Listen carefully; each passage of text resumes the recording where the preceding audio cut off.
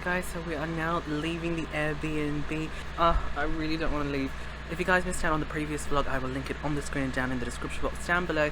Basically, we stayed at this beautiful Airbnb here in Inverloch, and now we're going to go back to Melbourne. But before that, we're going to check out the chocolate factory on Phillip Island.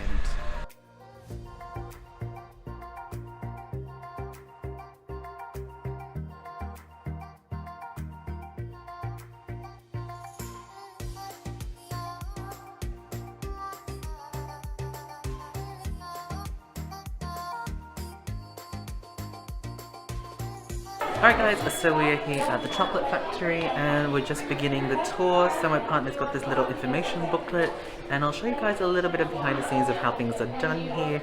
But it seems to be showing us the process of how they get the chocolate from the beans and how they turn it into actual chocolate.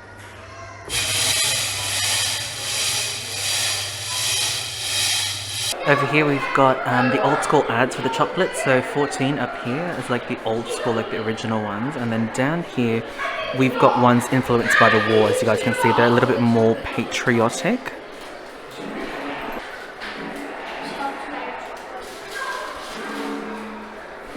And then the ones over here are the ones that you see in more, I suppose, modern looking magazines. The adverts were a little bit more popular in magazines.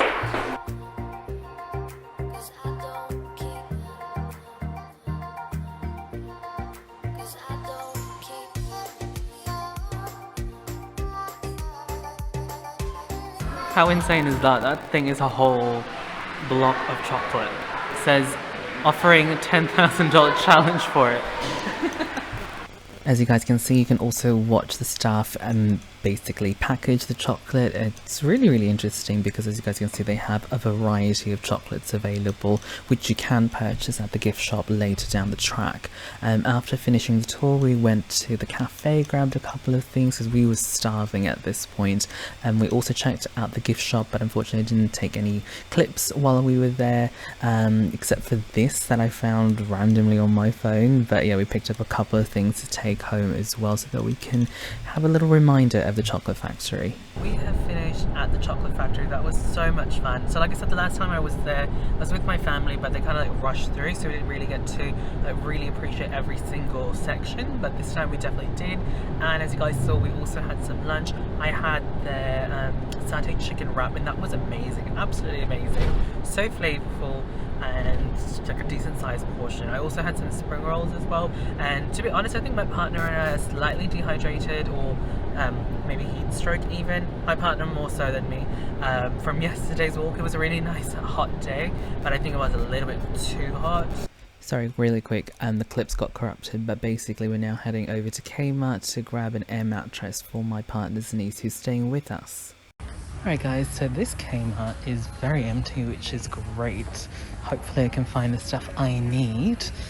But if you guys haven't seen a Kmart in Australia, this is basically what it looks like. It has all the different sort of like appliances and stuff you would need for the home. Okay, so I've just asked one of the staff members, and apparently it's on the other side of the store. I was looking in the bedding section. Apparently it's like near the activewear section, which I think is a bit weird, but anyway, let's go. Alright, so I found them. They're kind of like in the camping sort of like section. So I'm just going to find the air mattress that I need, and hopefully a pump as well. Okay, got everything I need. Maybe just grab a bottle of water because we are a little bit dehydrated still. I've got some Hydrolite in the car, so that works. But at least I've got my air mattress. So we've stopped by a car wash. So this is one of those laser, like automatic ones essentially. And we're on our way to pick up my partner's niece, but because we went to the country, there's a lot of bug guts basically on the windscreen. So as you guys saw from like the B-roll, there's like little bits of dirt. That's actually bug guts essentially. So whenever you drive here in Australia, you go out in the country, there's always like a lot of bug guts essentially, or bugs hitting the screen and then just leaving a smearing mess essentially. So we just need to get the car wash. That way it looks nice and presentable, and it's just good to do because you don't want to leave that stuff on your car because it might do something to the paint, from my understanding. Thank you guys so much for watching. In the next video, I'm going to take you guys along with me to the National Gallery of Victoria and show you guys their latest display.